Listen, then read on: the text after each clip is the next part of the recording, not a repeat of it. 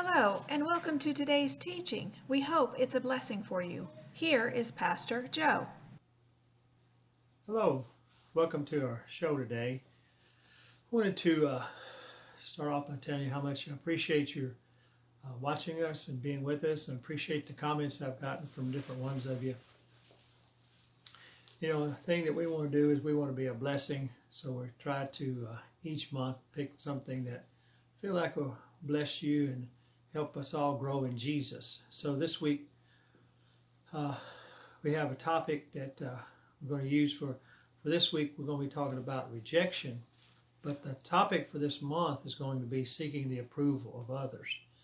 See, one of the reasons that so many people are out seeking approval of others is because of rejection, and most of the rejection starts in the home. That's why some people call this a family affair, and for lack of a title, because of the fact that rejection usually starts in the home. You know, most mental and psychological problems that people have, the traits that they have and display, usually comes from the parents. And unfortunately, the parents have, if they've gone through rejection in their lives and never had been set free from it, never have dealt with it, then they in turn pass it on to their children, who in turn, if they don't get set free from it, pass it on to their children. So it does just stay in the family, unfortunately. And the thing can be that there could be love in the family. There may be a measure of love, but if it's not the type of love that really produces security, really produces an atmosphere of growth and development, then in turn there's a feeling of rejection that the children feel. And we're not going to get into all the rejection this week. I mean, this is a topic we could take all month to teach on. We just want to lay the foundation this week for the foundation for seeking the approval of others, and why some of us are so apt trying to seek the approval. You know, in my life, I sought the approval of my dad. And one of the things that happens is that people, when they're hurt, when they're wounded, they have rejection, and they don't know how to handle it and how to process it, don't know what to do with it. They're seeking approval of others. Actually, what happens, they become, and I hate to say this, but the main purpose of rejection is self-centeredness or selfishness. And its reason is because the person don't know how to process the rejection themselves, so therefore they kind of shut down. And they build up walls around themselves. And then when you build up walls, there's two things happen. Number one, you can't get out. And number two, whatever's outside can't get in. And the thing is, it's love. It's the love that's supposed to flow out of us to others, and the love that they're supposed to flow from them to us. And so if you're shut down, if you are don't know how to respond, so what you do is, and I'm not being critical now, please don't think I'm trying to be critical here. But what I'm trying to say, church, is that we do these things as self-preservation. We do these things in a way to preserve ourselves, protect ourselves, because nobody wants to get hurt, and nobody wants to continue to get hurt. And so we develop mechanisms, and we become self-centered in those mechanisms. All self-preservation is just that, self-centeredness, trying to preserve yourself because you don't want to get hurt again. And so a lot of people, what happens is they develop these ways of protecting themselves, ways of keeping themselves from getting hurt. And then what happens, they get married, they have children, and so they still have these mechanisms going on. And so a lot of times what would happen is a man or a woman, but usually, will get into a place to where, if in their ministry, and I hate to say this as a pastor, I've seen it, but what happens is men or women will throw themselves into the ministry, and they're in there for a purpose of trying to get God to accept them, or trying to get the people to accept them. They feel like the more they work for God, or the more they work for people, the people will in turn like them, accept them. And they don't realize that they don't have to do anything for God to accept them. They're already accepted by God. I was talking to a person the other day, and they just told me that they quit trying to get acceptance because they felt like they'd never get it anyway, so why even try? See, that again, that's a coping mechanism that person has set up in their lives. And I'm not trying to be mean, not trying to be ugly. Listen, I had coping mechanisms too. We all do if we felt rejection.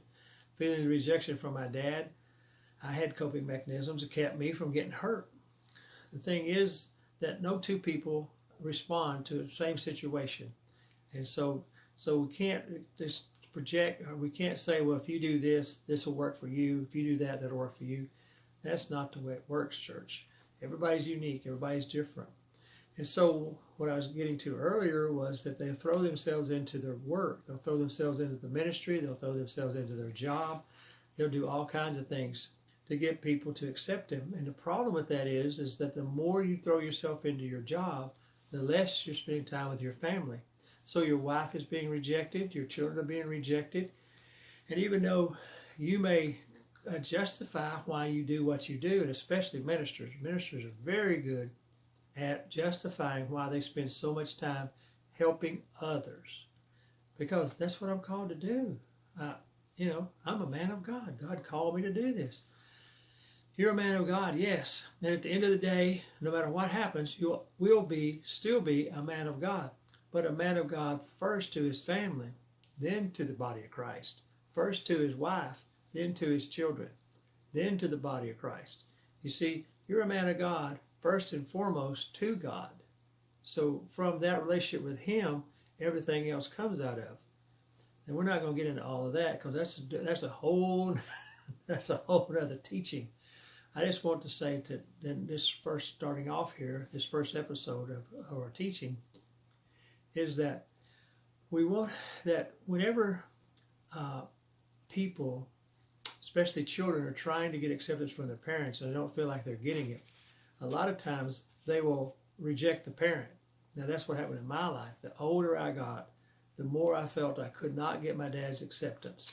You see, children try to gain the parents' acceptance by trying to find out what the standard is. Well, the parent who has rejection in their own life never dealt with it, never knew how to deal with it. They still run around with these wounds, these hurts, these all in their lives. They set a standard. The child tries to meet that standard. The child can't meet the standard. No matter how hard the child tries, they can't meet the standard. And I've used myself because I went through it, so I just that I never could meet my dad's standard, no matter how hard I tried. And the rare times I did try to made the standard. I didn't get the attaboy. I didn't get you did good, nothing like that. I never got those things. But there are people who, whenever they do achieve, they do meet the standard, their parents tell them how good they were. Well, here's the thing. What the child is hearing is, it's my performance that you appreciate and that you like, not my identity. So it's not me you like, it's what I did you like. And you see, when we write that kind of stuff on our hearts, then what we do is we're telling ourselves that if I do right, people will like me. If I do this and that, that's what I think they like, then they'll like me. The problem with that is that if you can't never meet the standard, it's always moving, then you reject the parent. Like I said, I rejected my parent because I could never meet the standard. And so I said that to say that this is going to be a good time for us, church. We're going to get some breakthroughs. The key to this whole thing is that we have to know who we are in Jesus. And when we know who we are in Jesus, the supernatural love of God will and can break through for us. And we will see, again, we're just going to be skimming across the surface of this thing, and we can't go into real depth in it, but we will touch on the areas that need to be touched on. God's going to bless us through this thing, going to help us get through this thing. And in the end, we're going to realize that we already are accepted in Jesus. We already are His beloved. We don't have to perform to get Him to like us. No matter what we do or don't do, say or don't say, is not going to change the fact that He loves us because He loved us, because He loves us, because He loves us. And so, till next time, be blessed. I want to thank you for watching today. I hope that we were a blessing. If we were, then please leave a comment or call the number listed below. Until next time, always remember, God's grace is bigger than your sin. Have a good day.